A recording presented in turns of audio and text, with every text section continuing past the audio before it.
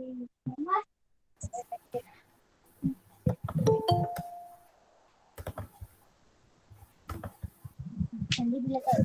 evening. The recording has started. You could start the event. Thank you. Thank you, sir. I kindly request the participants to mute the audio so that it is audible to everyone. Thank you. Good evening to one and all present today. I am Deepika, Assistant Professor, Department of Commerce. It is my pleasure to welcome you all for Day 2 session of 3-day national level webinar on research guidelines, literature review, questionnaire designing, and application of statistical tools, organized by Parishodhana, the Research Club, in association with 25th edition of Faculty Study Circle. I would like to introduce the organizing committee. From Research Club, Mrs. Vijayalakshmi Ma'am, Convener, Department of Commerce. Mrs. Bharti Ma'am, Assistant Professor, Department of Commerce. Mrs. Ruplata Ma'am, Coordinator of Second Year, Department of Commerce. Dr. Padma Ma'am.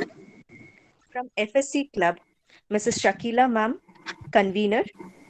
Mr. Shukumara Sir, Mrs. Anusha Ma'am, Mr. Elappa Sir, and technical team, Mrs. Nandini J, Assistant Professor, Department of Commerce. Mr. Gokul C, Assistant Professor, Department of Commerce. Guidance by, I kindly request the participants to mute yourself. Thank you so much. Guidance by Dr. S. Anil Kumar, Principal, SSMRV College. Dr. M.S. Nagraj, HOD, Department of Commerce. Thank you. I would like to start today's session with the following quote. The questionnaire is a simple first step towards becoming more self-aware, by Nick Morgan. Now, I call upon Mr. Shukumara N., Assistant Professor, Department of Commerce, to welcome the virtual gathering. Thank you, madam. Om Shri Gurubhyo Namaha. Good evening, all. Welcome to the 3-day national level webinar on the topic Research Guidelines, Literature Review, Questionnaire, Designing and Application of Statistical Tools, organized by Parishodhana, the Research Club, and 25th edition of the Faculty Study Circle, an initiative for knowledge sharing, Department of Commerce. The event is initiated by an IQAC SSMRV College. First and foremost, I would like to welcome today's resource person, Dr. Mamta Brahmbhatt, Associate Professor, Head, Department of Business Intelligence, BK School, Academic Coordinator, IDSR, Ahmedabad. Welcome you, madam. Thank you so much. I welcome Dr. S. Anil Kumar Sir, Principal, SSMRV College, who consistently encourages all for all such events. Welcome you, sir. I extend a warm welcome to Dr. M.S. Nagraj Sir, Coordinator, IQAC, Head, Department of Commerce, who is the motivator of the organizing team. Welcome you, sir. Thank you, Shukumar. I welcome Mrs. Vijayalakshmi Madam, Coordinator, Parishodhana, the Research Club. Welcome you, Madam. Thank you, sir. I welcome Mrs. Shakila Madam, Coordinator, Faculty Study Circle. Welcome you, Madam. Thank you, sir. I extend warm welcome to organizing team, heads, faculty members of various departments, and all participants from various institutions and universities across India. Welcome you all. Wish you happy learning. Over to you, Deepika Madam. Thank you, sir. I request Mrs. Shakila M.K. Ma'am, Assistant Professor, Department of Commerce, to introduce our resource person. Thank you, ma'am. Good evening to one and all present here. This is Shakila, Coordinator, Faculty Study Circle, Assistant Professor, Department of Commerce, SSMRV College. We are pleased to have in our midst esteemed resource person, Dr. Brahmbhatt Mamta. Dr. Brahmbhatt Mamta is having more than 22 years of academic experience, and at present she is serving as Associate Professor in Quantitative Techniques and Research Methods area at BK School of Professional and Management Studies, Gujarat University. She is the head of Department of Business Intelligence at BK School and academic coordinator of Institute of Defense Studies and Research. IDSR is an institute which is supported by Government of Gujarat and the Defense Research and Development Organization, DRDO. Prior to joining here, she was associated with National Institute of Cooperative Management, Gandhinagar, as assistant professor since 2001 and associate professor since 2007. She holds a doctoral degree in banking management from Bhavnagar University. She is a graduate from KS School of Business Management. Dr. Mamta has successfully completed her MBA degree in finance specialization. She has also obtained Masters in Commerce with specialized business finance, where she topped in Gujarat University. This is one of the course which she has taken up to enlarge her academic base. She has also earned her diploma in computer applications from Gujarat University. She has accomplished a certificate course in SPSS, Sardar Patel University, Gujarat. She has also completed postgraduate diploma in research methodology by securing first rank from Veer Narmad, South Gujarat University, Surat. Ma'am has cleared NET in management, GSLET in commerce. She is a strong believer in discipline, which is clearly reflected by the varied courses taken by her. Thus, it truly provides herself as a versatile academician. Dr. Brahmbhatt has published papers in several major international and national referred journals. Her research papers have also been presented in several international and national conferences. Few research papers have received Best Research Paper awards. Her publication includes 10 plus published research papers. Ma'am has over 30 books to her credit. Dr. Brahmbhatt Mamta established Research and Development Cell at Institute and has conducted many programs under the Research and Development Cell with various departments of Gujarat University and other universities also. Dr. Mamta has a special expertise in data analysis and statistical methods. She has been actively involved in teaching, training, and research for over 22 years. Dr. Brahmbhatt Mamta has delivered more than 270 expert sessions on research methods and SPSS. She has got engaged in various academic endeavors in 40 different universities and institutions across India. She is the coordinator of postgraduate diploma in international business and postgraduate diploma in research methodology for Management Academy of BK School of Business Management, Ahmedabad, Gujarat University. She was also the coordinator of integrated Memorandum of Understanding programs, namely Postgraduate Diploma in Management, Computer Application and Computer Science at Gujarat University.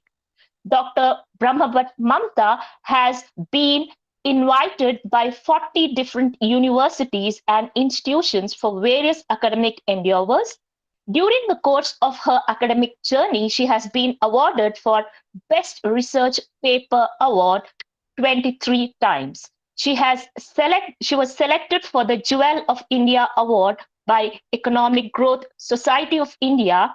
She is the recipient of National Education Award for Best Professor in Operation Management and Education Leadership Award from Devang Mehta National Education and Teaching Excellence Award by Higher Education Forum Gujarat Chapter.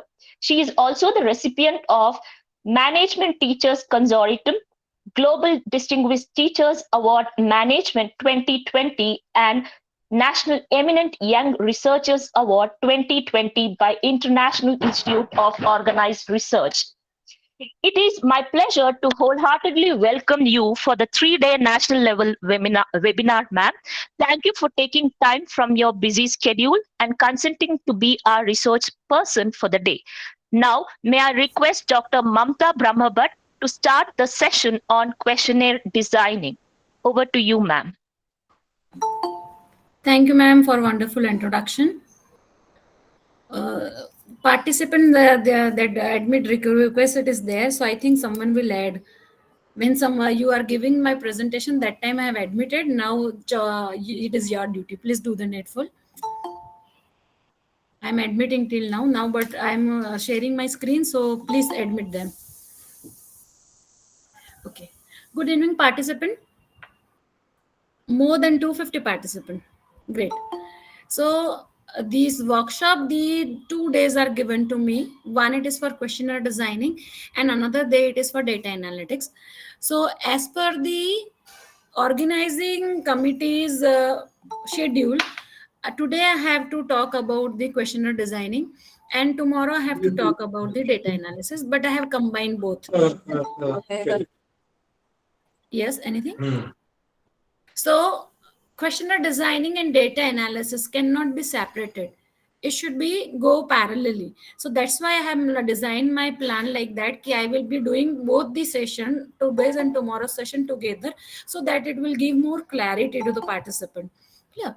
So let me share my screen. I will be using whiteboard, and I think at the beginning of the session you may consider that it is a weakness that madam is not using ppt, but not using ppt is not the weakness. It is the most strength, I can say, that I am possessing, because all the participant compulsorily they have to concentrate what I'm speaking. Otherwise normally the things goes like that. If ppt will give given at the end, and we will refer the ppt, and later on we'll do learning or studying or whatever. The after completing the webinar, if they are conducting any feedback or the quiz, we'll do at that time. Clear? So that is the normal tendency I have observed in the online seminar, and that's why intentionally I am not providing any material beforehand. Yeah, so after completing the workshop, I will circulate the PPT, and that PPT is not prepared by me. It is the author's instructor manual from where I will be giving the PPT for your knowledge. The thing which I am going to cover today will not find in any of the books. Yeah, the things today which I am covering, it is from my experience of research. So you have seen my research journey of 22 years. So in 22 years, whatever I have experienced, that I have combined into this session. Yeah. So you will not find these linkages and everything in the book. So later on, if you are asking me, madam, can we have the PPT? So that will not be there. I can give a PPT for questionnaire preparing, but the things which I am going to say in my session, it will not be there in the books. Clear? So I'm sharing my screen.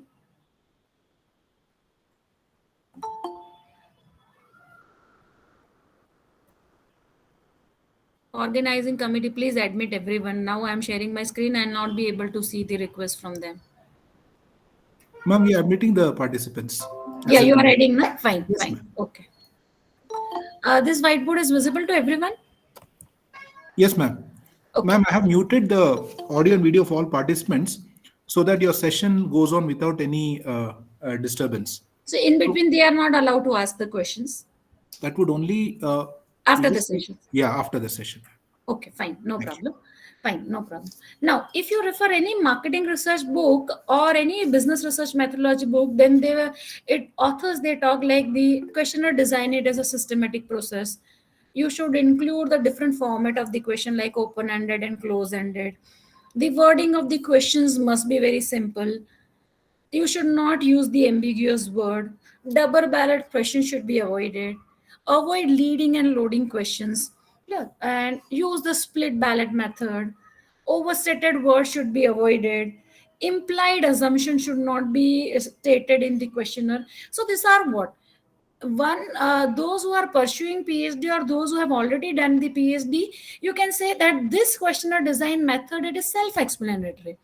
By reading the any research methodology book, you can understand that the questionnaire design could be in this format. This thing can be done. Then, but today's session, what I'm trying to do, how are you designing your questionnaire? Yes, that process I'm taking you further. So now I have seen there are many participants in the chat box. They are writing, they are research scholar from so and so university. I have seen many PhD holder also. So PhD scholar and doctor at both the faculty group of participants are there. So I'm going to take you to a journey how you can design your questionnaire. So questionnaire designing, it is an art.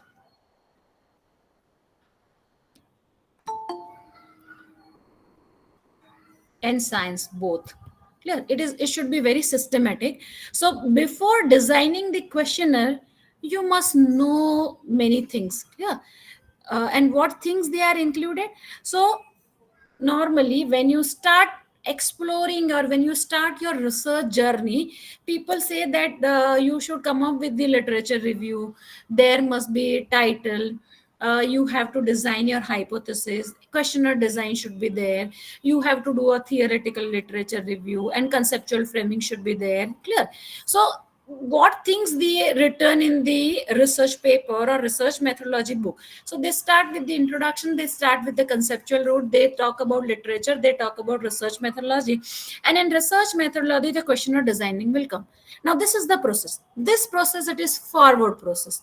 I'm going to take this, the whole process should be backward. You should start from the last point that I want to say. So questionnaire designing and data analysis should be synchronized. It should be in line with your objective. So whenever you are starting any research journey, maybe it is a paper publication or PhD thesis, any research journey you are starting, we are starting with the title. Yes. So the first thing, we are freezing our title. So if you are a PhD scholar, first thing we are deciding that this particular title I am going to work on. Clear? So your research journey of PhD or your research journey of paper publication start with the title. Now, how to identify the title? From where you have to start? So normally I talk to my research scholar in this way, that your title should come from your PG area of interest. So your PhD title or your research publication must come from your interest area. What is your interest? Clear? So, and that interest area you have to narrow down. Say for an example, I have done MBA, that is clearly reflecting my interest area, it is in management. Clear? My interest area, it is in management, and that's why I have done MBA. So that way you can decide that yes, there are many faculty or participant here, maybe from management, commerce, education, law, so different field faculties are there. So you can narrow down your process. We start our interest area like this is a circle, doesn't seem like circle, but you assume that is a circle. So your interest area, your broader interest area is in management. Clear? Example I am giving, in management we have various branches, like we have marketing, we have finance, as interest area branches, we have HR, we have operations, we have IT. So these are called sub areas of management. Out of this sub area, which is your specialization, that could be your interest area. So management is a broader interest area. From broader interest area, you have to narrow down your interest area. So my interest area, if I narrow down for my research journey, then I can say that from management, my research area is marketing. Okay. So this way you can narrow down the process. So my narrow down process for management, I have narrowed down to marketing. In marketing, what you like most in marketing? So marketing, there are various concepts, there are various titles, there are various subjects that you have maybe you can come across. So in management, I like most the marketing, and that's why my specialization is marketing. Marketing, what else can be there in marketing? So marketing, we can say that we have advertisement, we have consumer behavior, we have what is that, logistic and supply chain, sales and distribution management. Clear? We have marketing research, we have international marketing, we have service marketing. So when you are in the process of narrow down your interest for research, decide that out of these areas of marketing, which gives you more interest. So maybe service marketing, that particular area, it is most interesting to me. Narrow down the process. In the narrow down process, from marketing, I have narrowed down that I like service marketing more. Yeah. So service marketing. So I have narrowed down to service marketing. Now in services, there are many services that you can study. Yeah, there are many services you can study, like education is a service. Within education, we have library as a services. So many services that are the education, multiplex is a service, entertainment is a service, insurance is a service, banking is a service, retail industry is a service. So what kind of a service marketing, what sectors you find more interest? So for me, if I talk about, then hospital could be one of the services. So I like more retail. Clear? I like more retail. So now, any field, whether it is a management, commerce, or education, or law, or any other field you are from, this journey it is common for all. You have to narrow down your interest area starting from your specialization. So management, I have narrowed down to marketing. Marketing, I have narrowed down to service marketing. And in service marketing, I have narrowed down to retail services. Clear? Now, I want to study something. So this define my broader interest area. So no narrow down process say that I do something in retail. So my title could be a study of retail services.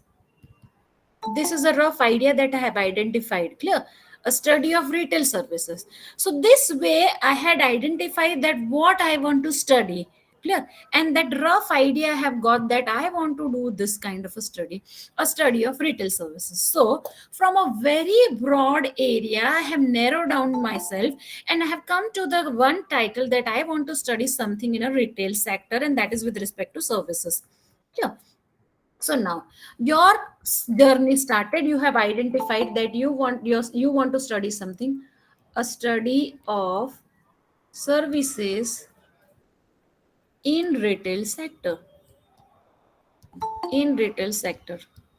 Clear? So this is the rough title that you had identified, that this is my interest area. I want to do something here. Clear? Now, this particular title you have to search. I think our participants are muted, so I cannot ask where you will search. So this you have to search. Normally in an offline mode, when I'm asking this question, people, they respond that this particular title I will study, I will search in Google.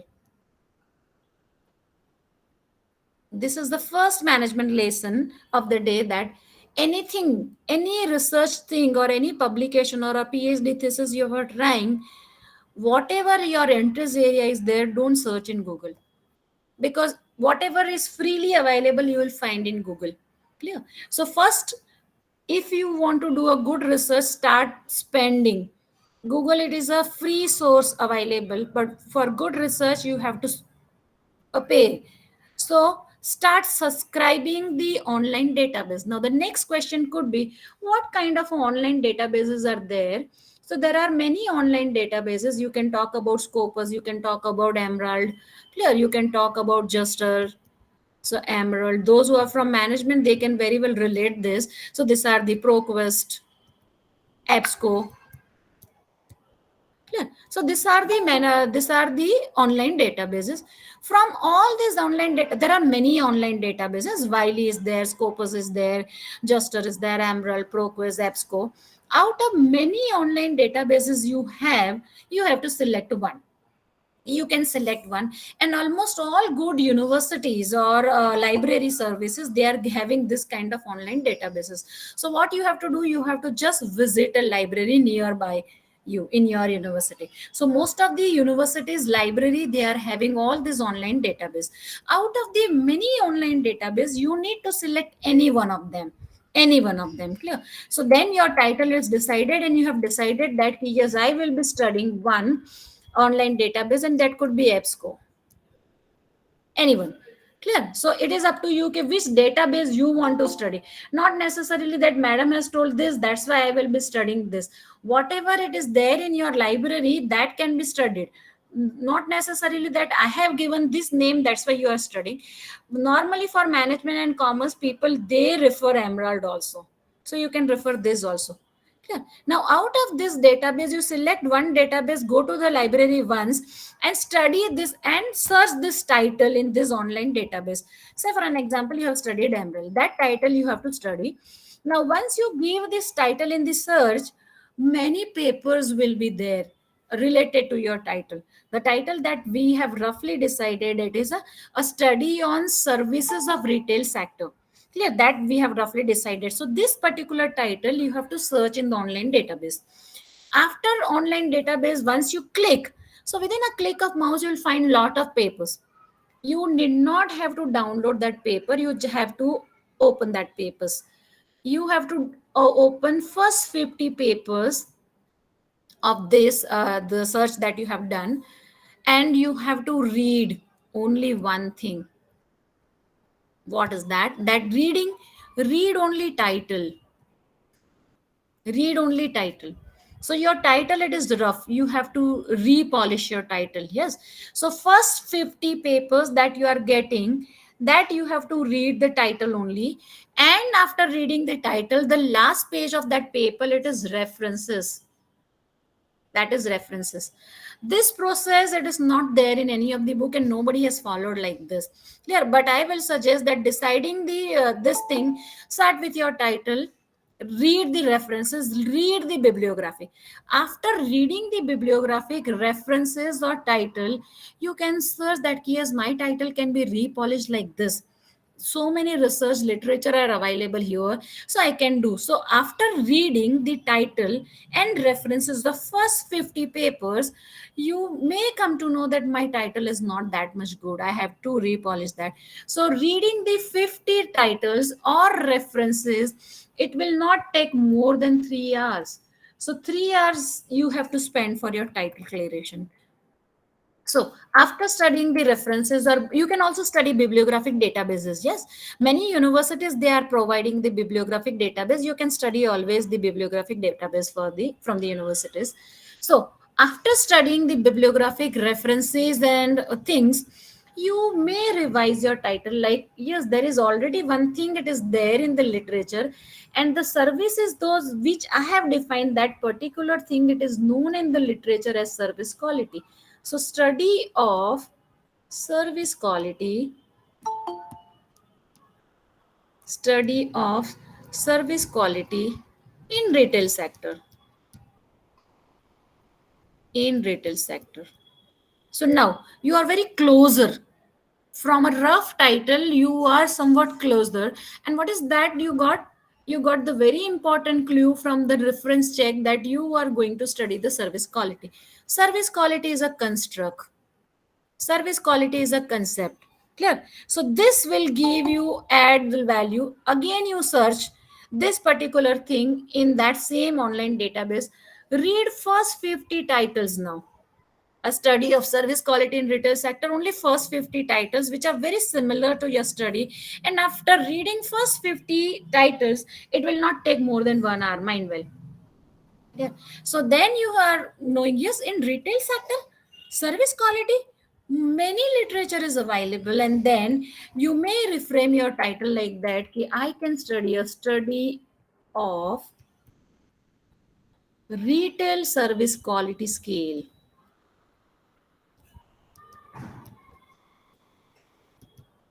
Quality scale. So now, what is this? This is RSQS. So RSQS, it is what? It is a scale. Clear? It is a scale developed by a very well-known person in the research. Clear? So RSQS, it is a scale. So how you have started? You have started with a rough idea. From that rough idea, you got a construct, and from that construct, you got the scale. So retail service quality scale, it is developed by Jetam. I think Dabulkar has developed that. So this you got. Service quality is a concept developed by Parshuraman and Jethamal. And I think RSQs, it is developed by Dabulkar. So from a rough title, you have identified the concept, you have identified the scale. So now the last search you can do it, it is a for bibliographic. Now you can repolish your title, like a retail service quality scale. It is the thing that you are going to study for your research journey. Read the bibliographic database for first 5 papers, and then you can redefine your title like this: adapting RSQS in apparel industry of Gujarat. Clear? And empirical investigation. So now you compare this fourth title with your first title, which I have written. Adapting the retail service quality scale in the apparel industry of Gujarat and empirical investigation. This give a meaning. Clear? Why? It defines your scope. It defines your questionnaire. What kind of a questions you are going to prepare? It is there. So RSQ as at a scale, it decide your the questions also. So it you're deciding your questions, it deciding the scope, it deciding your method also. Empirical investigation, that means you are going to go for a primary data collection. Yeah. So your title itself is so much reflective in nature, which is talking about many things. Clear? So when you are in process of designing the questionnaire designing start with your title. Are you getting me? Your research questionnaire, designing the questionnaire, it is not like that. Yes, I have to use this question, I have to go for open-ended questions, I will not ask the double barrel question, and implied assumption I will avoid. Yes, that will there in the theory, but an actual thing, how to design the question that start with your title, title clarifying. Yeah. So this title, when you are saying the RSQS, that means deciding your questions. So RSQS is a scale. Yeah. Scale means already somebody has developed the question or the ready-made question with the modified thing, you can adapt that. Yeah. So this way you have identified this I am going to do this way. Now, in the first stage of literature review, you have studied 50 research paper, just bibliographic database and title. In the second stage of research or the downloading process, you have studied even the 50 paper, the bibliographic references and all. And for finalizing of the third final title, maybe you have referred the 10 papers. Clear? So all these papers you have not studied the whole. This you have studied only title and references. Okay. It will not take much time. So in a day, I think in a one day, you can complete this process. After completing this process, now your title is freezed. Your title is confirmed. Now again, you have to search that title in the online database, like adapting the RSQS scale in Gujarat. Clear? For apparel industry. So now you have to do a literature review, and this time also you have to download first 50 research paper. Now here you are not supposed to read title and bibliography because your title clearance is done. Yeah, so first 50 research paper you have to download, and you have to study only one paragraph. Now maybe the chat box is on, you can tell me which paragraph you can learn out of the journey that I told you that you have to stay. Some Shatish ji is saying that he will read abstract. Yes, you have to write in the chat box. I told you that you have to study only one paragraph. People are writing abstract. I want more responses. Keywords, somebody is writing keywords. Okay, abstract, keyword, conclusion. Fatima is saying conclusion.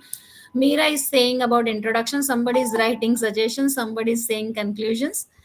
Yeah, go on. I'm reading. Somebody saying objective. Oh, wow, wonderful. What else you would? Future implications. Many things they have written. Okay, abstract, methodology. Okay. I got many responses. Fine, chalo. I hope my whiteboard is visible to you. Is it visible? Na? Kindly confirm. Yes, ma'am, it is. Okay. Fine. I thought when I'm changing the screen, maybe sometime it is creating problem. That's why I have to confirm. Now, I had asked this question, and in the chat box, many people, they have written that they will read abstract. Somebody have written keywords. One paragraph I told them, then they have written. People are saying they are writing, they will read objective. Somebody is saying that the theory.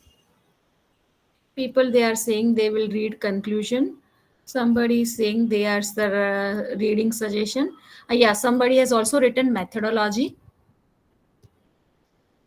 Yes. So according to different people, which paragraph they are going to read, these are the responses I have referred. I got this. Getting these responses, it is called which method?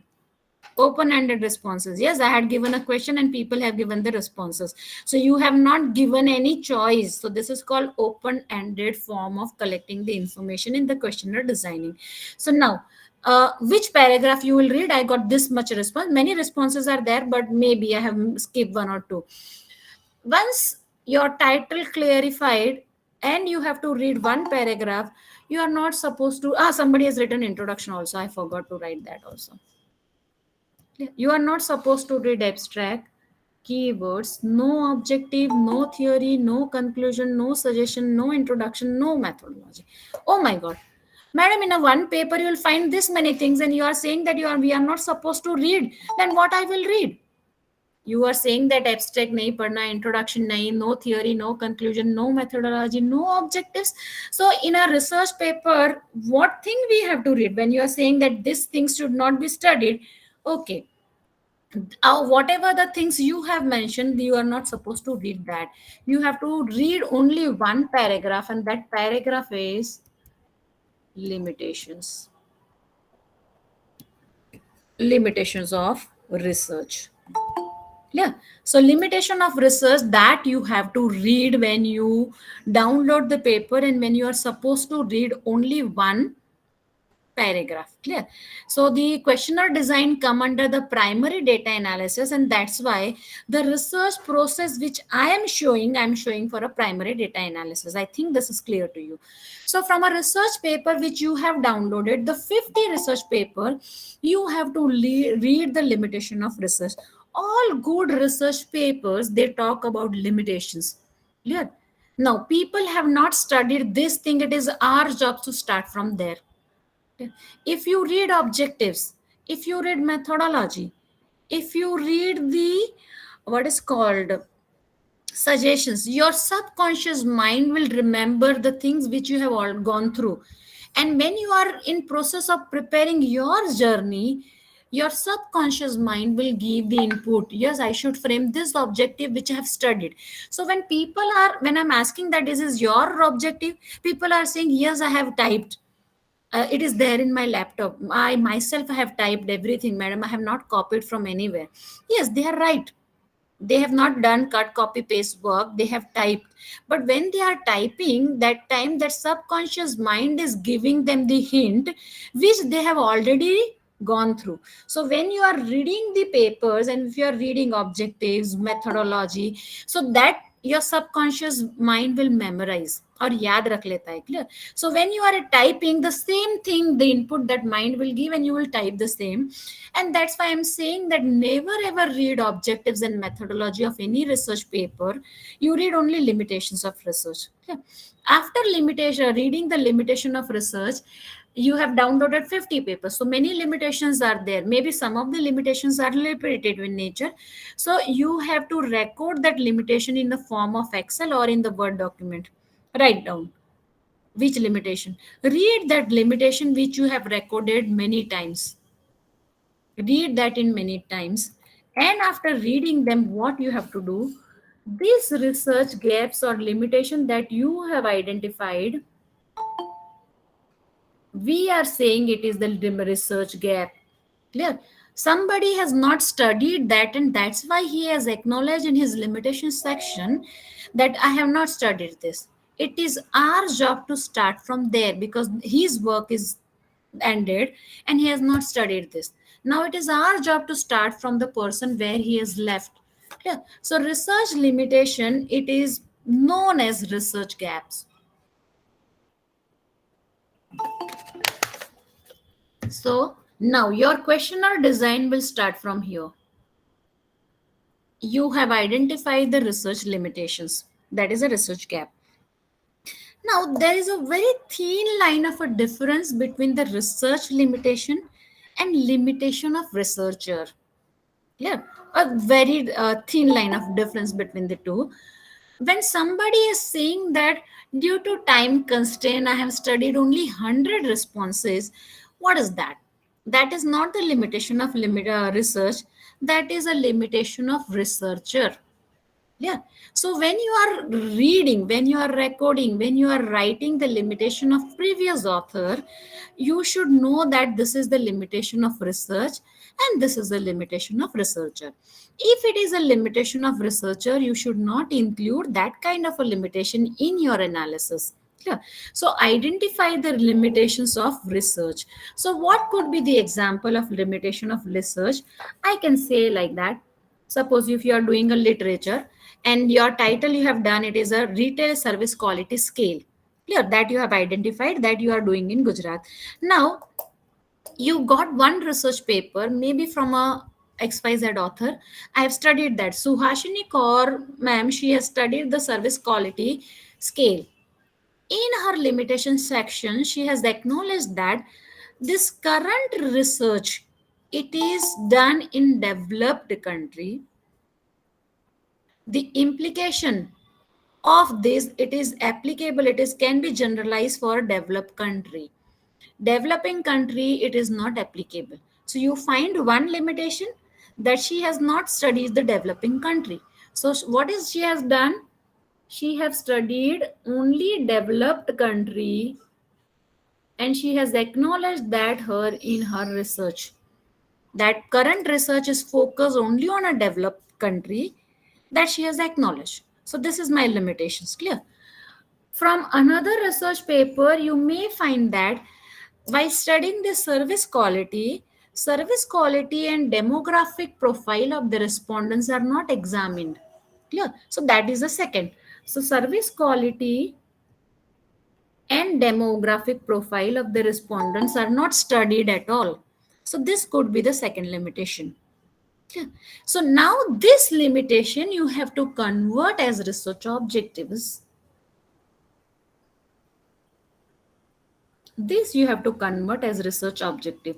So what will be your objectives? Your objectives could be to study service quality of retail in developing country. In developing country. Yeah. What could be your second objective? She or he, the person, previous literature review which you have done, they are saying that they have not done they have not studied or they have not correlated service quality and demographic profile of the respondent. You can, if you want to convert this, you can convert into objectives. Yeah, you can convert into objectives like to examine the relationship,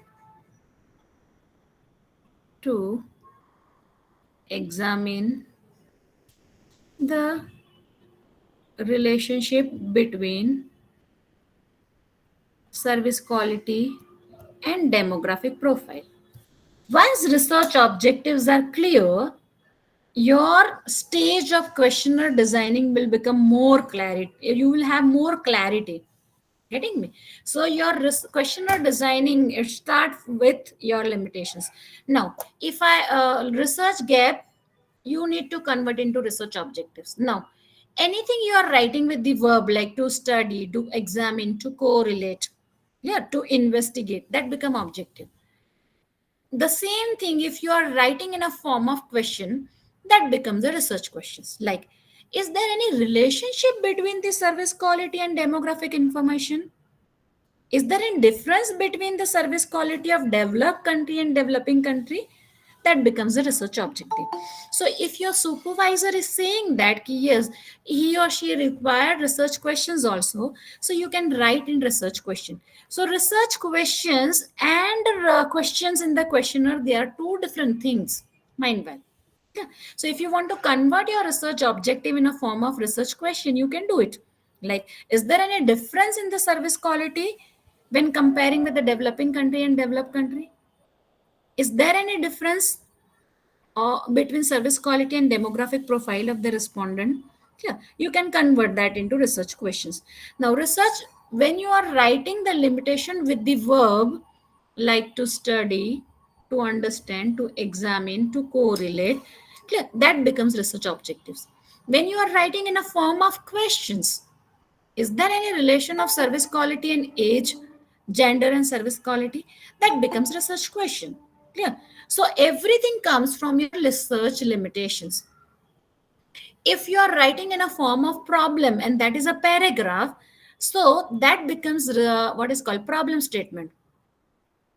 If you are writing in a form of paragraph but not focusing more on a problem, but you are showing that how your research is going to help to the involved stakeholder, that becomes the rationale for studying the research. Yeah. So whether it is a research objectives, research gap, rationale for studying the project research, or problem statement, or significance of your research, everything comes from a limitations, the way in which you are writing that differentiate them. Yeah. So the base for research objectives, your research questions, your problem statement, your significance of research, rationale for conducting the research, they all come from our research limitations. Yeah. Now you have already converted your research limitation into objectives. Now at that point of time, you have to decide your methods also. Clear? You have to decide your methods also. And the fourth stage will come your questions. So questions means questionnaire designing. Clear? So method. To study the service quality of retail in the developing country, this can be satisfied with the or data collection method. You can say that. Maybe I can collect the secondary data. That is my object. That is up to researcher. Clear? If I don't want to do a secondary, then I can go for exploratory research study. It is new concept, nobody is knowing. So you can go for once you have decided your research design, it is exploratory, you can decide the methods also. In exploratory, what kind of a method? You can go for focus group discussion. Here under exploratory, you can go for focus group discussion, FGD. You can go for observation. That is up to you what method you are selecting for collecting the data once your research design is decided. Now to examine the relation between the service quality and demographic profile of the respondent, but obviously I have to go for a primary data collection. So when I'm saying a primary data collection, maybe my research methodology or research design, it is descriptive in nature. So if it is a descriptive in nature, what method or what data collection tools I am going to use? So I am going to use questionnaire. So if I'm going to use questionnaire, I have to decide the questions. I need to decide the questions also. Fine. So your objectives decide that yes, you want to study the service quality in developing country. This was the concept new when I have studied. So that time I have done an observation method. How people they perceive the service quality. So I have appointed few students of MBA and they have observed the we have not asked any question, we have just done the observation, and using the observation method I have added one more construct in the given scale. Like what is that construct? Convenience. So if you visit any mall of Ahmedabad, then during those days we found that if mother want to feed her child, then mother rooms were not available during those time. Parking was the biggest problem. Okay. So these two observation that we have identified, and using this observation, we have added one more construct in the questionnaire, and that was convenience. Yeah.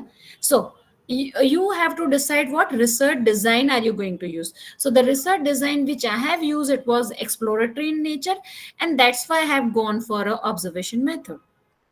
So when you are collecting the data, primary data, it is a descriptive research design. So in the primary data collection, the tool which you can use, it is a questionnaire. Now, if you are using questionnaire, how are you going to ask the questions? So your questionnaire design comes here. Okay. What way you will be asking the question? So as a researcher, it is your choice what questions you are going to ask. Say for an example, here I have written demographic profile. So demographic profile of the respondent could be, what would be my question? My question could be age. Yes, age, it is my variable. Now this is my variable. So you can decide question or variable. How I am going to measure this? I require more space. So as a researcher, it is my choice. I can ask question in this format, age, and I can give that open-ended question. People will write their age. Another choice that I have, I can ask age in the categories like this, like 20 to 30, 30 to 45, more than 45.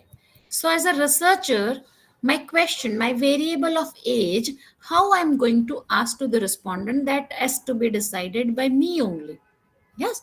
I have to decide that. So then I have choice, and this choice is, it is known as, anyone know what does it mean, this age and this age, how it is differentiate? Can anybody tell me? Write in the chat box if you know.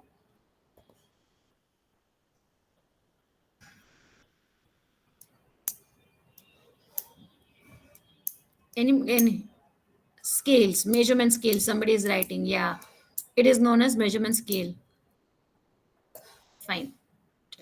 So now, when you are in process of preparing the questionnaire, that time you should have the knowledge of measurement scale. Yeah. So this is different scale, this is different scale. So you need to decide your question, and your questions, on the basis of that, your data measurement scale you have to decide. So I have a less space, so I am rubbing this.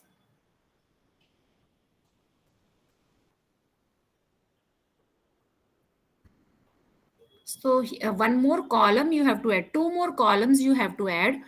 Very little space, so I'm just writing the small things, small words. Okay, so you need two more columns here, questions. So here you can write questions, or you can write variables. So variable, you can decide it is age. Now how are you going to measure this? So you have to decide your measurement scale. And the last thing, it is data technique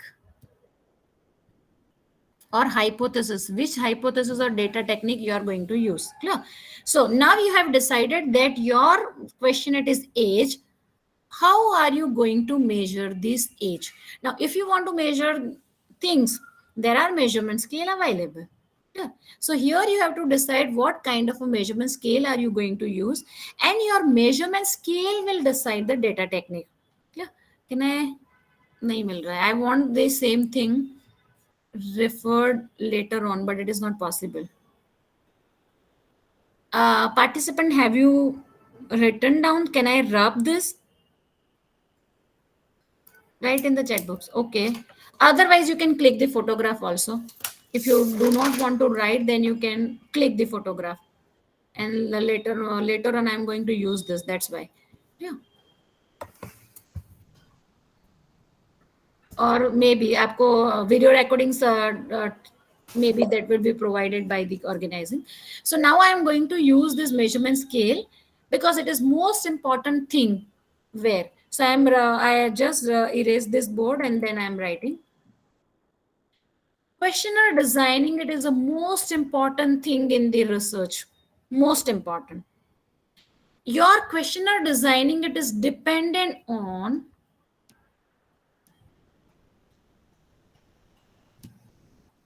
your questionnaire designing, it is dependent on measurement scale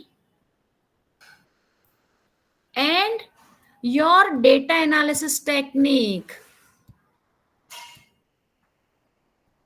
Your data analysis technique or hypothesis which you are going to talk in your research, it is dependent on your data analysis technique, it is dependent on measurement scale. So questionnaire designing, measurement scale and data analysis technique, they three are highly correlated with each other. Clear? Most important for questionnaire designing. So if you want to design a good questionnaire, you must have the knowledge of measurement scale. If you have a knowledge of measurement scale, then your data analysis technique can be decided. Chalo, let us work more on that. Now, I have seen people that they frame the questionnaire, they design the questionnaire, they collect the responses,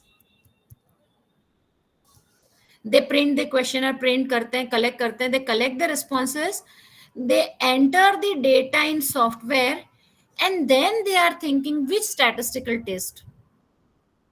Now, this method, it is wrong. This method is wrong. Totally wrong. What should be followed then? You have to decide your data analysis technique first. Decide your data analysis technique first, and accordingly you have to design a questionnaire. Okay. So do not design your questionnaire first and then decide data analysis. You have to do reverse thing. I have seen almost, if I talk about 100, out of 198, they are following the same process. They design the questionnaire, they print the questionnaire, they collect the data, they enter the data, and after that they feel relaxed that, okay, I have collected the responses of 1,000 people, and now I will apply any statistical test. No, it's wrong. You need to decide your data analysis technique first, and then you design your questionnaire analysis. How it is useful, that I'm talking now. There are 4 important data measurement scale: nominal, ordinal, interval, and ratio. If you have knowledge of this, your questionnaire designing and data analysis, both things will be done superbly. May I know how many of you know these techniques, nominal, ordinal? Anyone, you want me to go give more on that so I can decide how to go about? Any one of you, do you know what is nominal, ordinal, interval, and scale? Ratio, sorry. Yes, people, they know. No, ma'am. Manoj Shankar is saying no. Mixed response. What you write in the chat box so that I can decide how much time I have to devote for this. Mixed response. So one yes, one no, no, no, no. Okay, no. Oh my God. So I have to give you 5 minutes. Okay, 5 minutes I have to devote to this.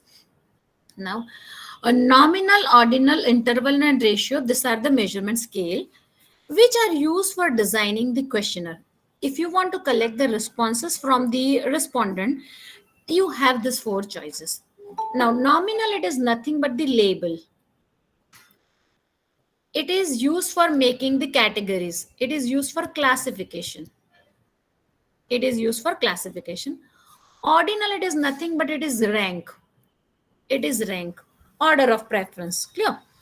So if I have to combine these two, then I can say that nominal and ordinal, it is nothing but it is a categorical question. Interval and ratio, it is nothing but the scale question. Yeah. So types of the question for designing the questions, I can say like this. Now, what is nominal? Suppose you have one variable or one question, gender, and you have 2 categories, male and female. Here you have given a code 1 and 2. This code number 1 and 2, it's just the label. Male respondents are labeled as 1. Female respondents are labeled as 2. Yeah. So here 1 and 2 number, it is used for making the 2 different categories. Numbers are not reflecting anything than that. Nothing more than that. Clear? So these are labels and these are used for making the categories number. Clear? So if male respondents, if they are saying that yes, number 1 is given to me and we are superior to female, so in that case I can change that label like this. I can make the label 0 is male, 1 is female. Clear? But I think the male respondent will not argue like this, because they also know that 0 and 1 and 1 and 2, it is nothing but it is label. It is used for identification. Yeah, it is used for identification. Right? So nominal scale, it is used to give label. It is used for categories, making a 2 different categories, and it is used for identification. It is used for identification. Tell me the t-shirt number of Virat Kohli. Anyone write in the chat box? 18. Yeah. So this 18 number t-shirt of Virat Kohli is not deciding his batting order, because cricket mein batting order 18 to jata bhi nahi. Yes, you have 12 players, 11 players, so you don't have this 18 number mein, the 18 position Virat Kohli will come for play. It's not possible. So the number 18, that t-shirt number, is just used for identification purpose, not deciding his rank. Clear? So the nominal scale, the numbers used are only for giving labels, for making the different categories. I have one more thing, and that is what designation. N है ये.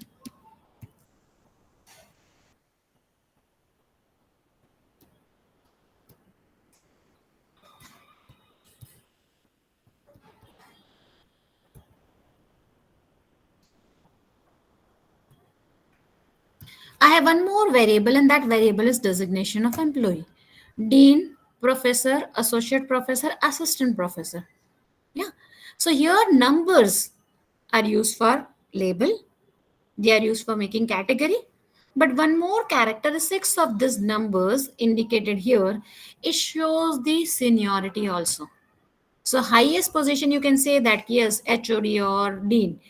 From associate professor, if you from assistant to associate professor, it will take 12 years. Okay. So if somebody is writing your name last in the mustard, even though you are professor, immediately you will argue why you have written my name at the last. I'm professor, I'm a senior most professor of the department, write my name after HOD. Yeah. So here what numbers, they signifies the order. So this is the ordinal scale. So when you move from nominal to ordinal to interval to ratio, the characteristics of the previous scales, it is inbuilt in the next one. Yeah, it is inbuilt in the next one. Okay, one more. Now assume that I have three students, I have many students, but I have recorded the result of 3 students.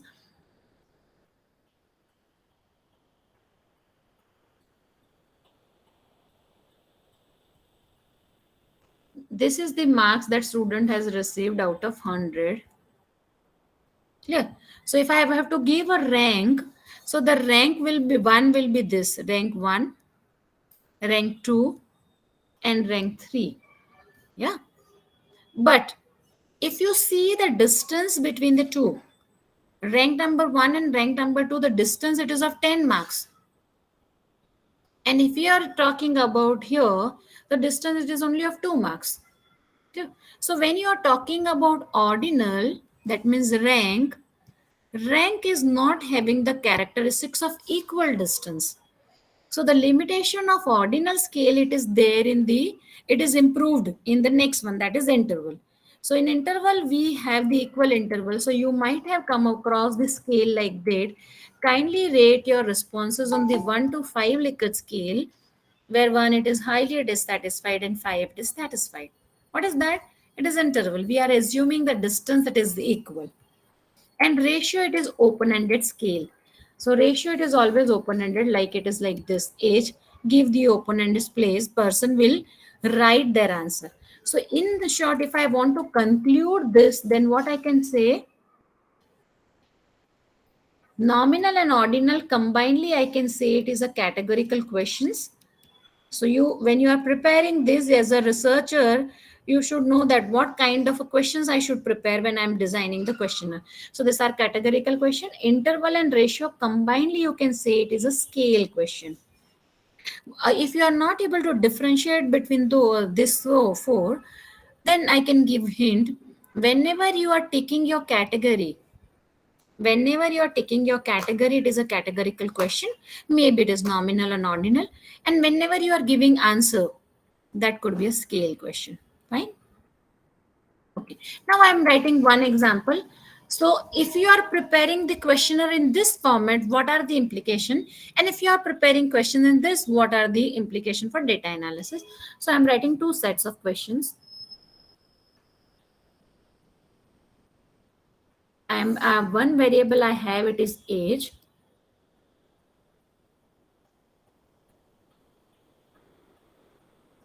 More than 45. So one variable I have, it is age. And another variable, are you aware about service quality? The simple question, because that example I'm carrying on. Are you aware about service quality? Yes and no. This is the first set of the question. I'm writing the second set of the questions here. Age. Rate your awareness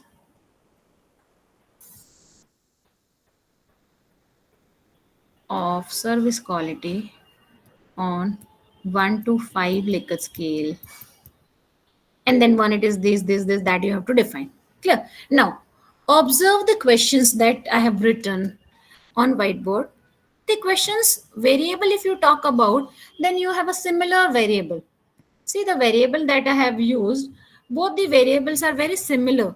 In the first question, I am having one variable that is age, and the another question I have variable called awareness. So the variables are similar, but the method in which I have asked the question, that question format is different. Here I have asked the age in ordinal. This is my ordinal scale. Here I have asked the age in ratio form. Here I have asked the awareness in as nominal question. Here I have asked the question on Likert scale. So this is interval. This is interval. Clear? So the way in which I had asked the question from the respondent, that is different. And that's why what is the implication? If I'll combine this two question for data analysis. So by combining this two set of the question, I can do chi-square analysis. Where is my pen? I can do chi-square. And if I combine this two question, I can do correlation. I can do correlation. Now, the thing which I have spoken before 10-15 minutes is like that. How are you going to draft your questions? Yeah. So question, from where I have got the question? I have written in my objective that demographic profile of the respondent and service quality is not related. And that's why I had asked two questions. One of the demographic characteristics of the respondent I have used is gender. Yeah. And another it is service quality. So these two questions, from where these two variables come? It is from my objectives. Yeah. So by objective decides my questions. Now, what way you are asking the questions?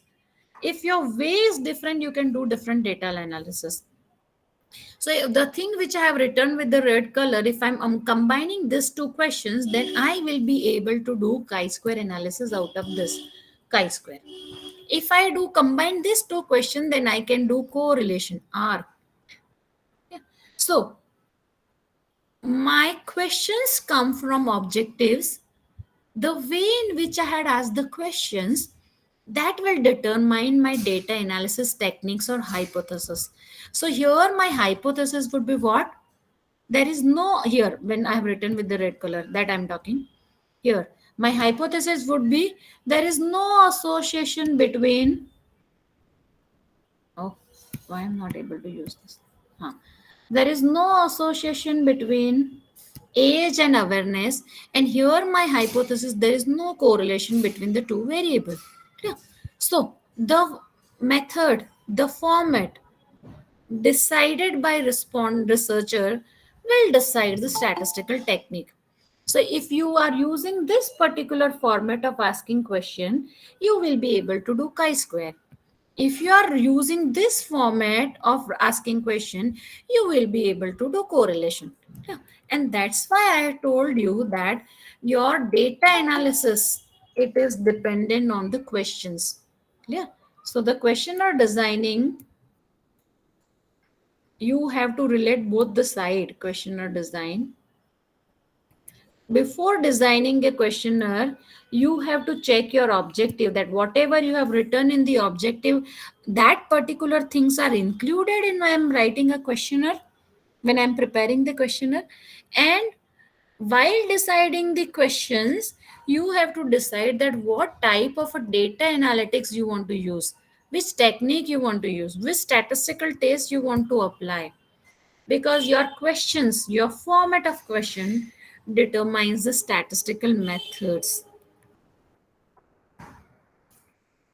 So again, that table that I have to prepare again. So any research scholar or the person who has already got the PhD, if you are in process of writing the research paper primarily, so then if you are preparing this one table, your everything will be done. I can say that research limitation, write your research objectives, convert your limitation to objectives, decide your methods. Your research objective will decide the variable. How are you going to use your variable, that is data measurement scale? Decide that data measurement. And your data measurement scale will decide the type of the test, statistical test you are going to use. So if you are clear with this 1, 2, 3, if one table it is prepared, everything it is done. Yeah. So start identifying the gaps from the literature. Do relate everything. You need to relate everything, and later on you will decide your statistical test. Till now you have not collected data. Till now you have not done a literature review. No, this is the process of preparing the maybe a rough draft of your questions, rough draft of your research. Yeah, later on you can revise on the basis of the things. But your questions designing, it is most important part which should reflect your objectives.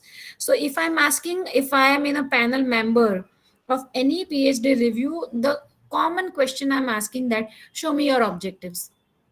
Okay, objective this are how you have quantified your objectives. Show me the method, show me the question that you have used. Okay, these are the questions. Which statistical data you have applied? So normally what people they are doing, I'm telling you the this is the example. The research paper 2.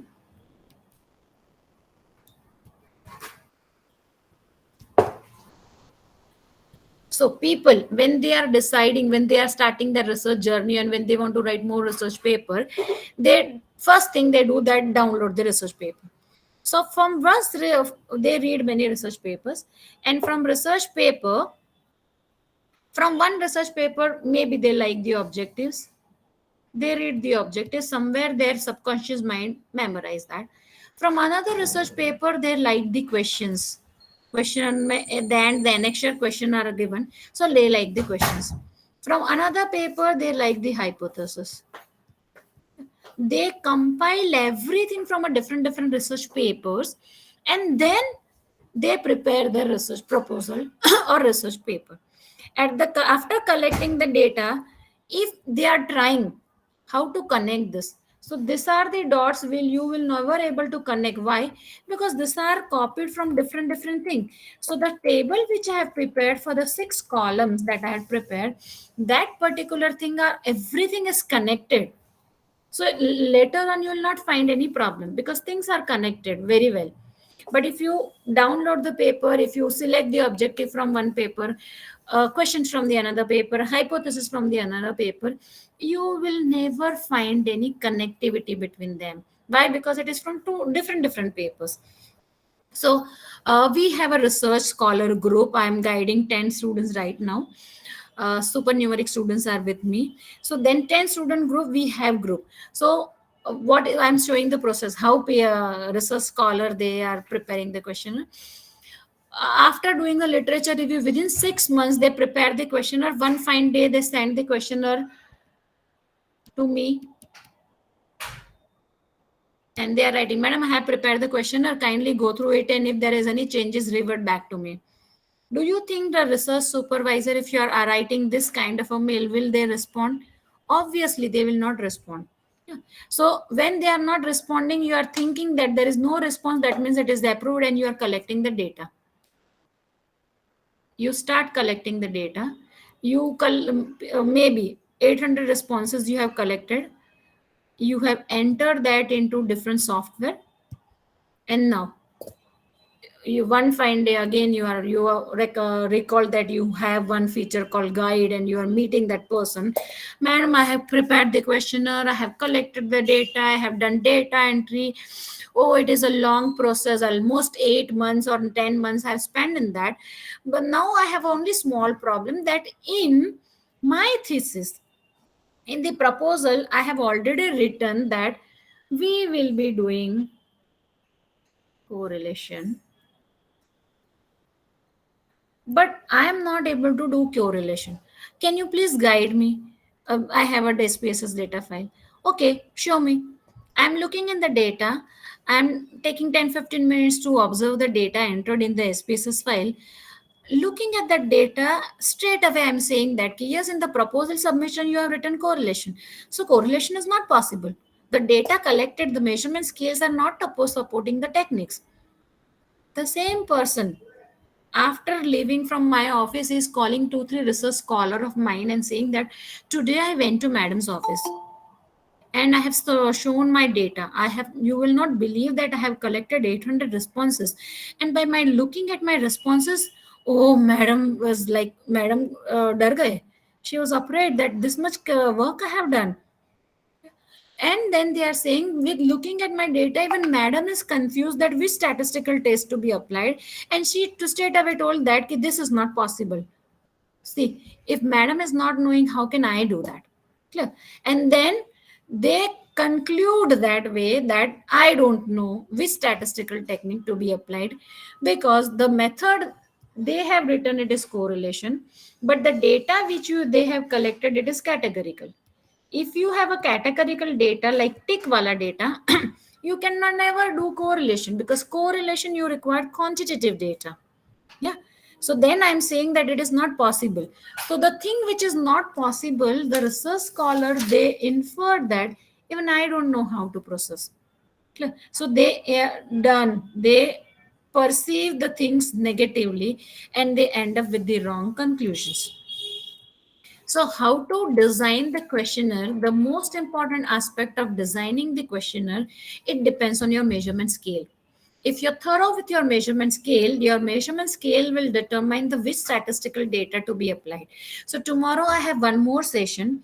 In that session, we will include, like, if these are the two scale, which method, ANOVA, chi-square, regression. So that detailing that will be done tomorrow. So the thing which I have right now covered, it is from my experience.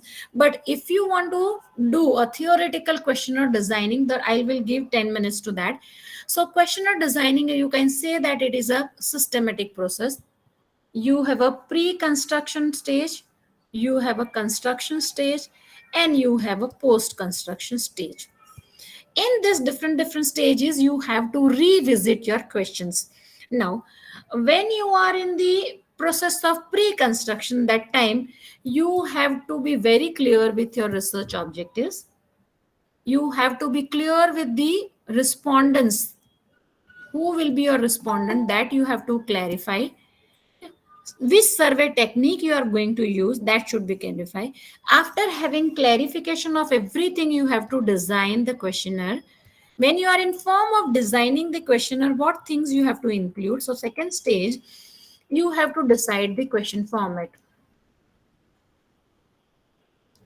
So there are mostly two types of the questions. You have open-ended question, you have close-ended question. Open-ended question, it is like you can give the answer in paragraph. Tell me your perception about service quality. Tell me your experience of that. That way people will narrate. That is an open-ended question. Avoid asking this kind of a question. You can ask this kind of a question if you are into qualitative research. Normally, we faculty go for a quantitative research, so go for a close-ended questions. So close-ended question could be of three types. One, it is dichotomous. Another, it is multiple choice. And the last one, it is scale question. Yeah. So dichotomous, you have option of one yes and no, only two options. Multiple choice, you have a list of the options, alternative, and from that you have to select any one. Scale, it is the, you can give a different scale. Yeah. Now when I'm talking about the scale, one should be very clear that how I'm going to pose the question. So there are two types of the scaling statement. One, it is rating, one, it is ranking. Avoid questions of ranking. Like suppose there are 5 brands of a phone, give ranking. If such kind of a questions you are asking, it will be very difficult for you to do entry.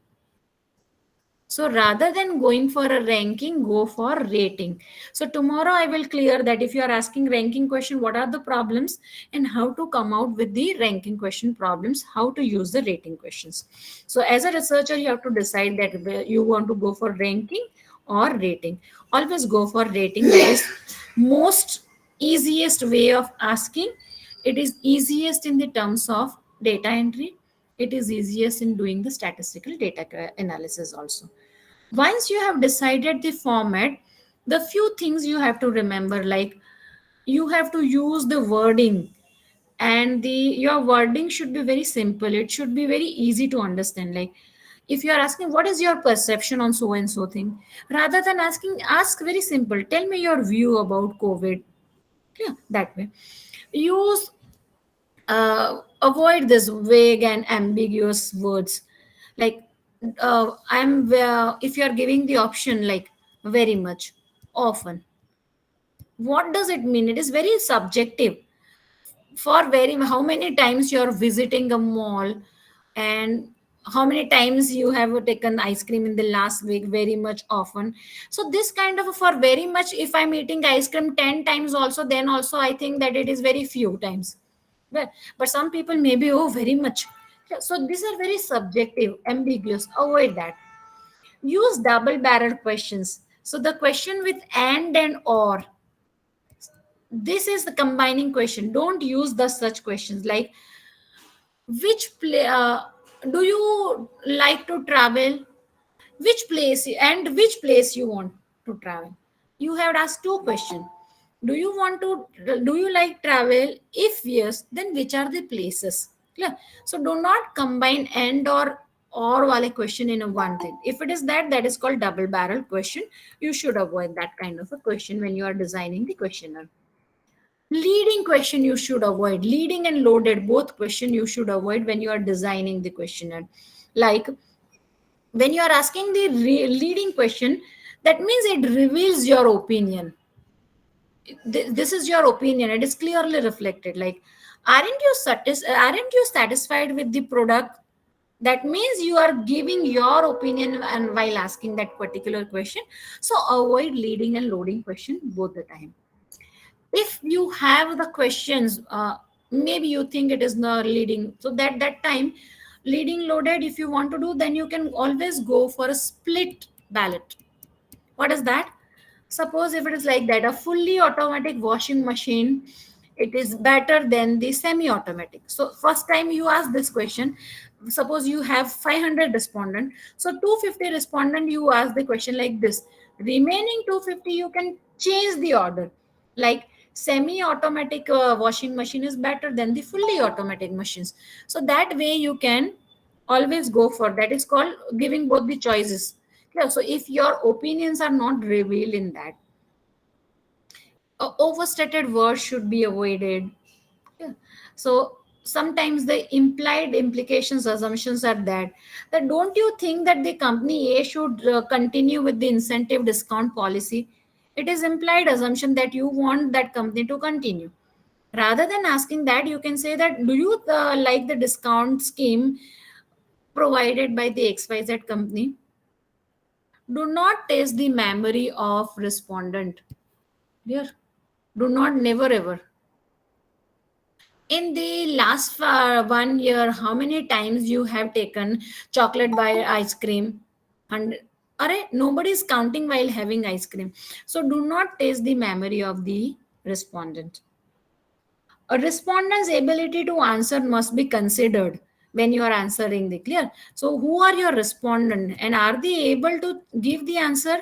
If you are doing like the internet banking or digital banking, and if respondents are 55 or more than that, you must know that they are not able to give the answer. So respondent ability to answer should be checked before designing that particular questionnaire. Logical sequence should be maintained, most important thing. Yeah.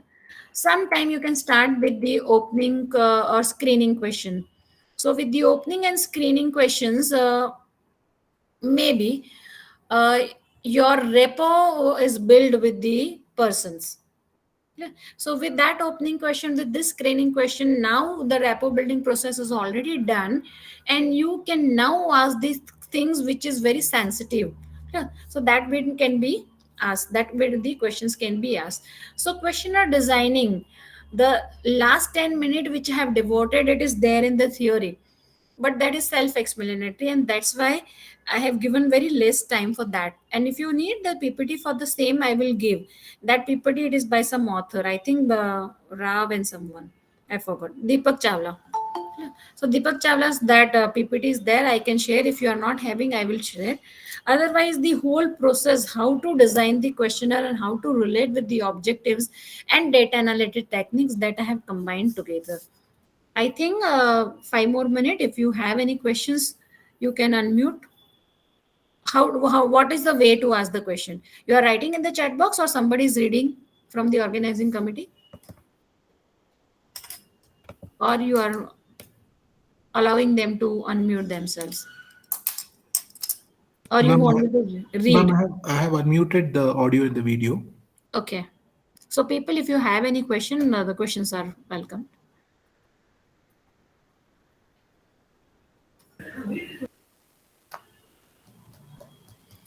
Somebody just the message upar chala gaya. Somebody has written that how many questions to be prepared in pilot study? All the questions, because pilot study result, you are going to go for a grant. So your first question draft of questionnaire should include all the question, and from that you will get an idea that this question I have asked wrongly. Say for an example, it could be like this. I'm writing on the whiteboard. I have to share again.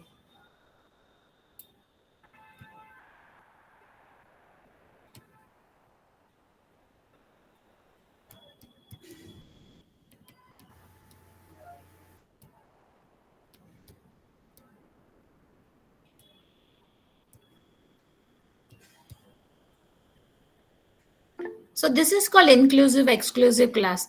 Not necessarily that all the respondent they have the knowledge of quantitative analysis or statistics. If my age is 45, where should I take, here or here? As a researcher, you know that 45 will come here and not here. Yeah, this is studied under. So how to read this? 20 under 30, 30 under 45. That way we are studying. So 45 age group, it is not included here, it is here. But do not ask such question. And if you're asking such questions, then during the pilot testing, this kind of a problem will be revealed. So later on, you can improve on this. Suppose one of the questions that you are having, it is like that, who is a decision making unit? Let me stop sharing. Clear. Suppose one of the question in your questionnaire designing, you had asked the decision making unit in a house, husband or wife. Yeah. So if husband is filling up the questionnaire, he will take obviously his name, and if wife is filling up that questionnaire, obviously she will take. Yeah. So this is the wrong question. Direct questions: who is a decision making unit in your house? Rather than asking that, you can ask them their purchase pattern. What way? Suppose, ma'am, can I know your shampoo brand before marriage? And the same question, what is the shampoo brand after marriage? The same question you can give to husband also. Sir, may I know your shampoo brand before marriage and after marriage? If husband has shifted over to the brand of wife, then the decision making unit is wife and not husband. Fine. So that way, tricky things you have to ask. Do not ask the direct question. This way you can always. So during the pilot test, this kind of a mistake can be identified. Yes, I have done this mistake in designing the questionnaire. Yes, any question? Yes, ma'am. Am I audible? Yeah, Ma'am, very. I'm in the process of developing a questionnaire. So for some of the constructs, the in the Likert scale, the anchor points are 5 point. Okay, For okay. some, it's 7. So should I convert it into a single like 5 point No, no, scale? no, no, no, no, no, no, no. If you are going for a quantitative data analysis and if you are going to do lot of data analytics, so the first thing you require normal distribution. You should have normal data. So if you use 5 scale point, it is very difficult to get the normality, because what happens normally when normally we are preparing a Google link and we are sharing that link, so people, they are using their phone, and in the phone they are hardly able to read the 3 options. So without reading that option they are least bothered to read remaining 5 options. So first 2 options they are clicking, by chance they are changing the screen, so they are reading the last 2 options. So suppose it is like that. Again, I have to share the screen then.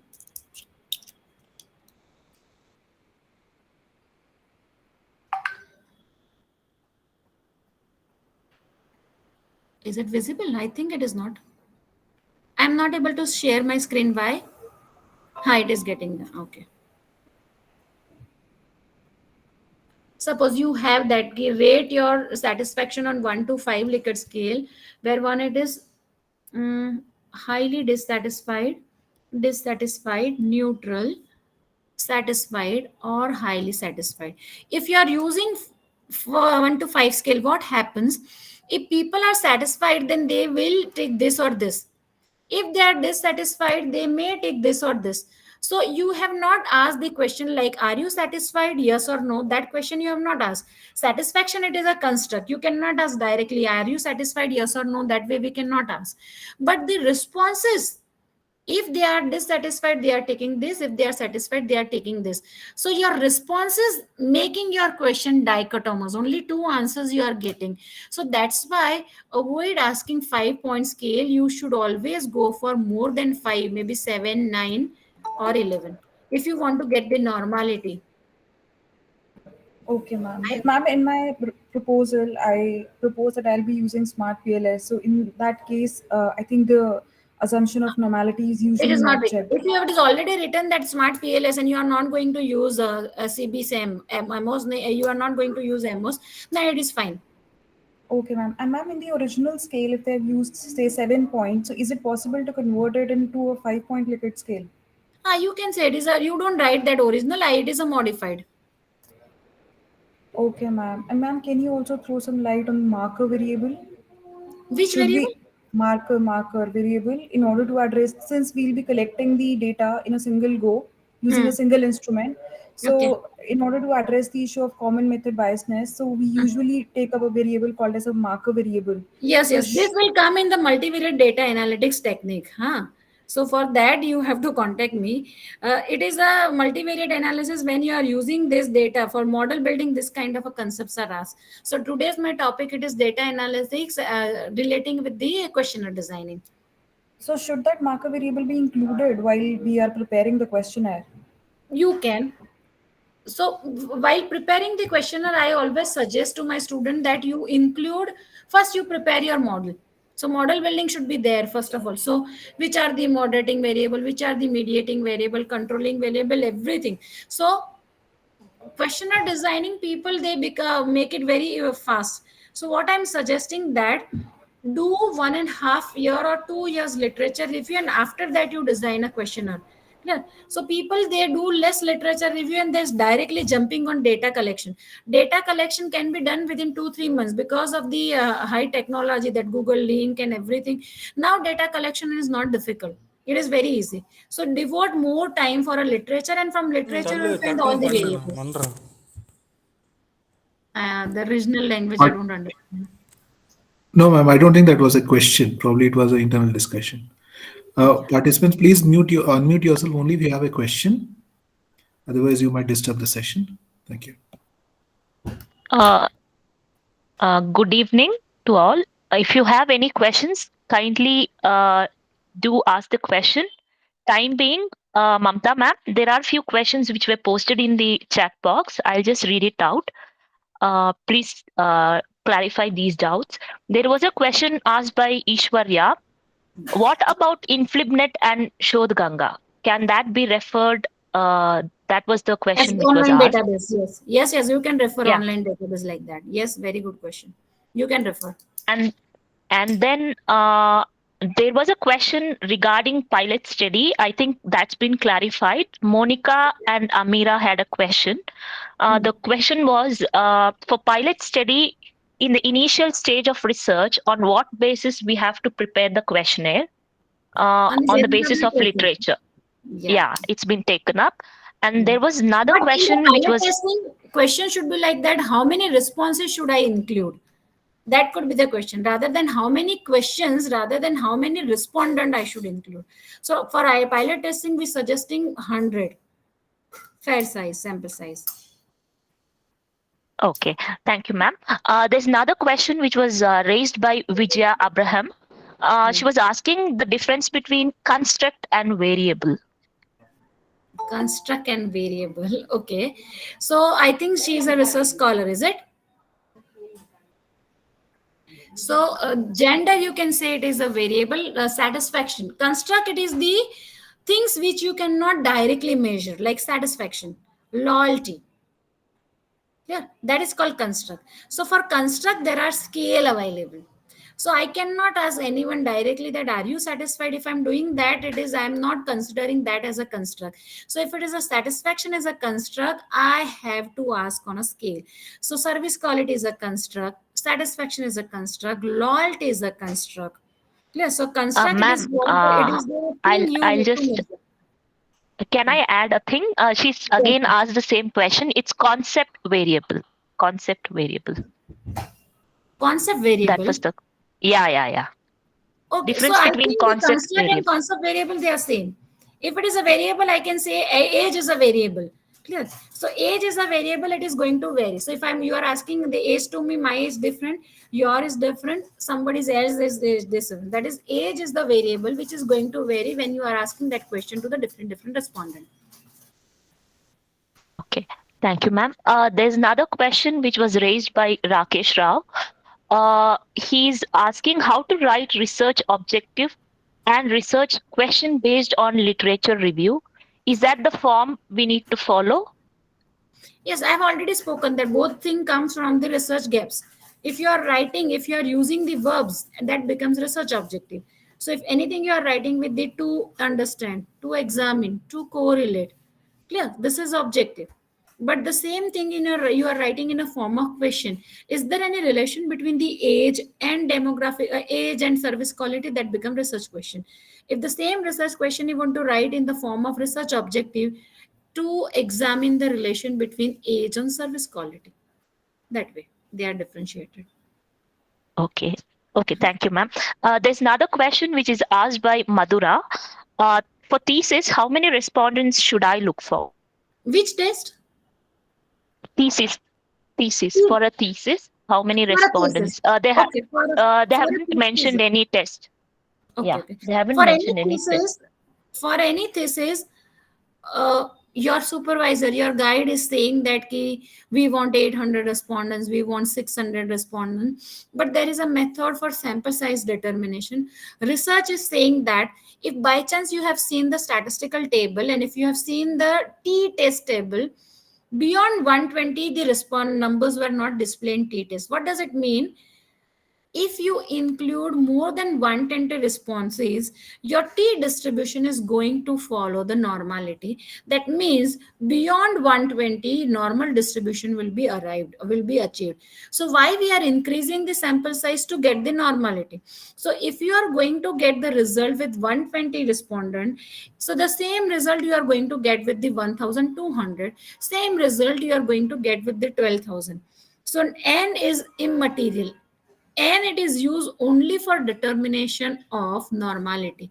So if you are having the normal distribution with 120 responses, no need to go for 1200 responses. So the simple rule, it is a theorem. If you increase the sample size, you are reaching towards normality. So if you want to get a normal distribution when your probability of success and failure is equal 0.5, 0.5, and when your level of significance is 5%, with 384 responses, you will get the normal distribution.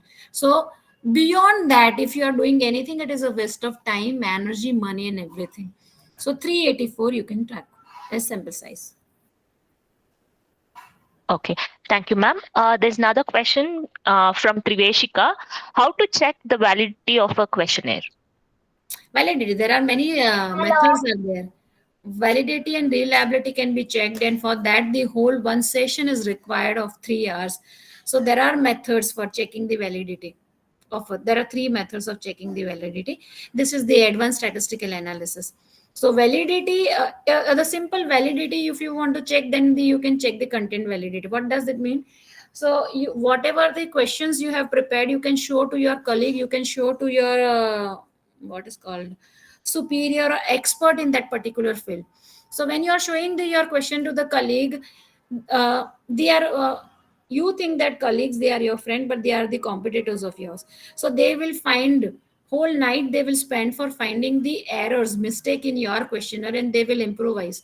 So the best method to check the validity is to give the questionnaire to your colleague. Whole night they will spend, they will find the errors, mistake, and that way you can improve the content validity of your questionnaire. The another method, you can always ask to the expert. So there are expert in the field, you can show your questionnaire, you can take the feedback, and that way. So content validity can be checked. For other two types of the validity, you have to do statistically. Ma'am, there's a question from Anto Maria. Could we have MCQ questions and Likert scale questions in the same questionnaire? If so, will it affect the reliability value, that is the Cronbach alpha value? No. You can have multiple choice question and Likert scale you can have in the same questionnaire. But the thing you have to relate, which is your objective. With objective, that two questions are there. If the objective required three questions, have you asked the three question? Which test you want to go for? So this three connection you have to do, this triangle. Clear? So any question you can use. One, it is MCQ based, one it is a Likert scale, and another question is another type can be used. But all these questions are suffice your objective. If yes, then you, after relating this all question, you have to decide which statistical method you are going to go for. This can be done, no problem with that. There's another question. There are lots of questions which has been put up. It needs to be queued. There's another question by Satyanarayana, Professor Satyanarayana. If we could conduct research in any organization, is it considered as a finite population, right? In this case, can we use the coherence formula to arrive at the sample size? So if you are studying the one organization, if you are doing a case study, so the case study you are going to include each and every one of them. That is a population study. But out of that company, you are going to select someone. Then obviously you have to arrive at the sample size. Okay. There's another question from Najla. Can you specify some analysis techniques for comparative study? Comparative study, there are many techniques. All these techniques that we are going to discuss tomorrow, that is for empirical comparative analysis you can use. So t-test, z-test, the chi-square, they all are used for comparative analysis that we are going to discuss.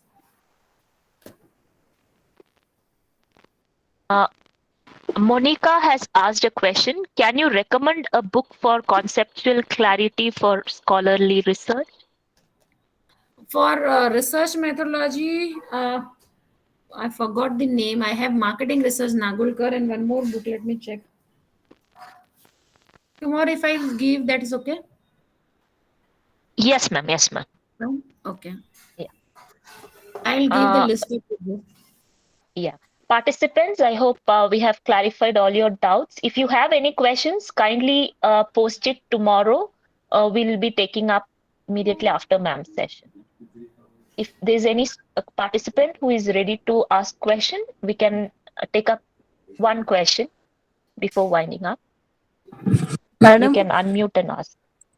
Madam, ma'am. good evening, madam.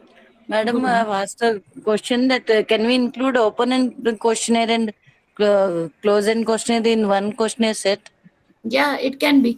So if your study, it is exploratory and descriptive. If you are going to explore the things it is not done prior. So for that you have to do exploratory study. For exploratory study, you can have observation, you can have focus group discussion.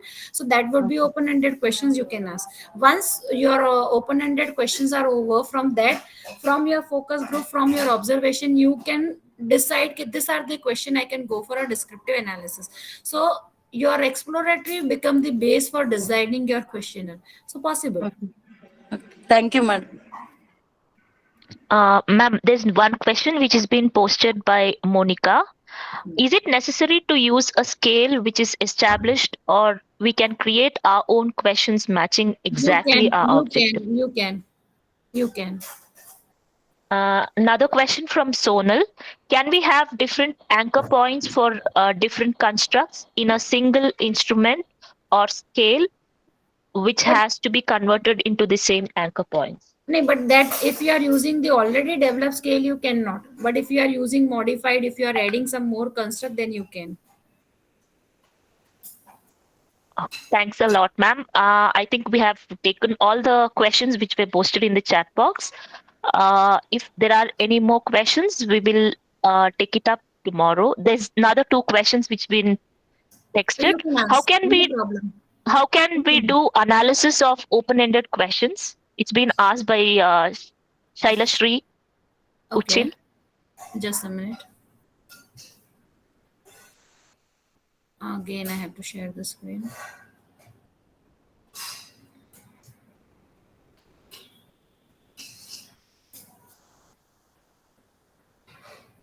Is it screen is visible? Yes, ma'am, your screen is visible.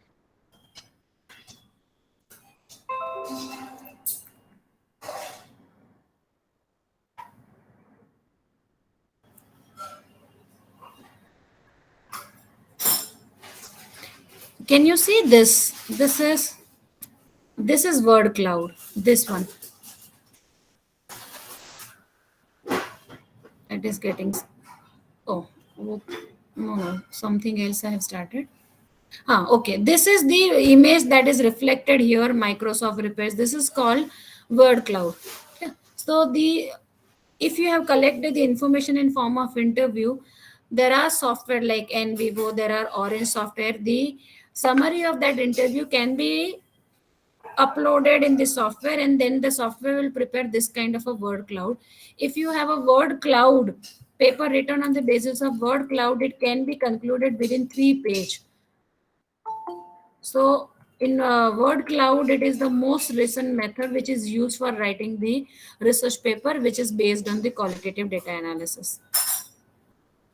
If you are into focus group discussion, you can have, if you are into observation, you can develop such kind of.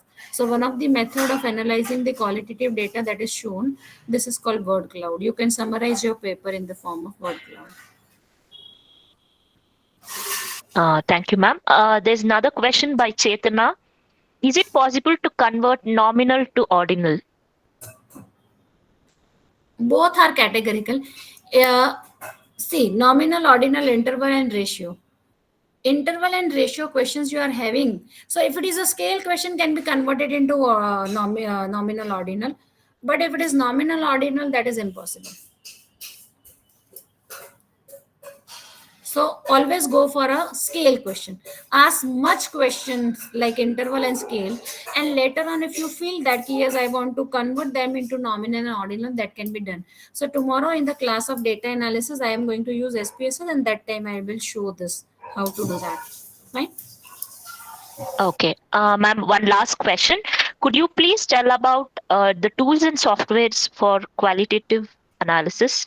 NVivo is a software. R Studio is a software. Orange is a software. So R Studio is an open source software. Anyone can learn that. In the R software, you can import video, audio. You can directly import the live links. So that is possible in R Studio. So R is an open software. It is open source software. It is freely available.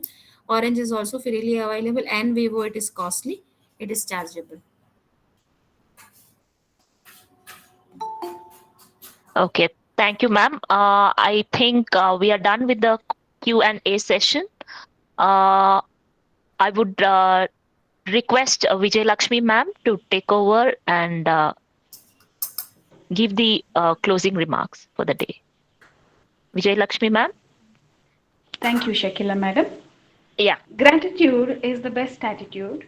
I would like to express my sincere thanks to our head of the institution, Dr. S. Anil Kumar sir, for giving us this opportunity to conduct 3 days national level webinar.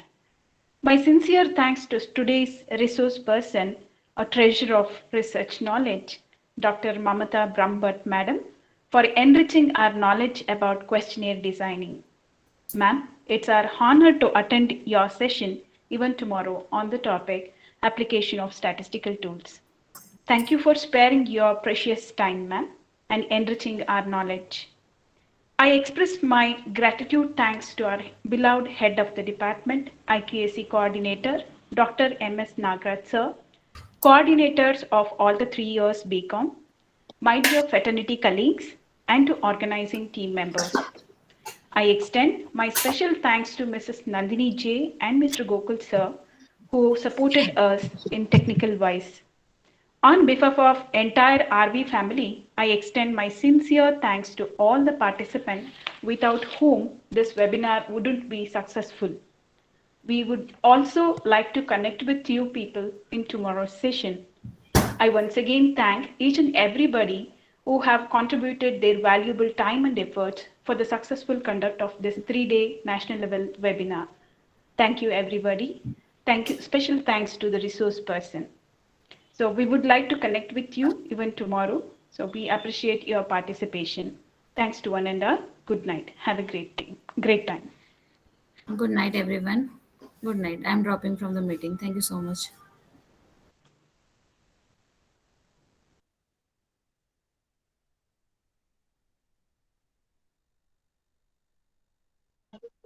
Ma'am, feedback link, please.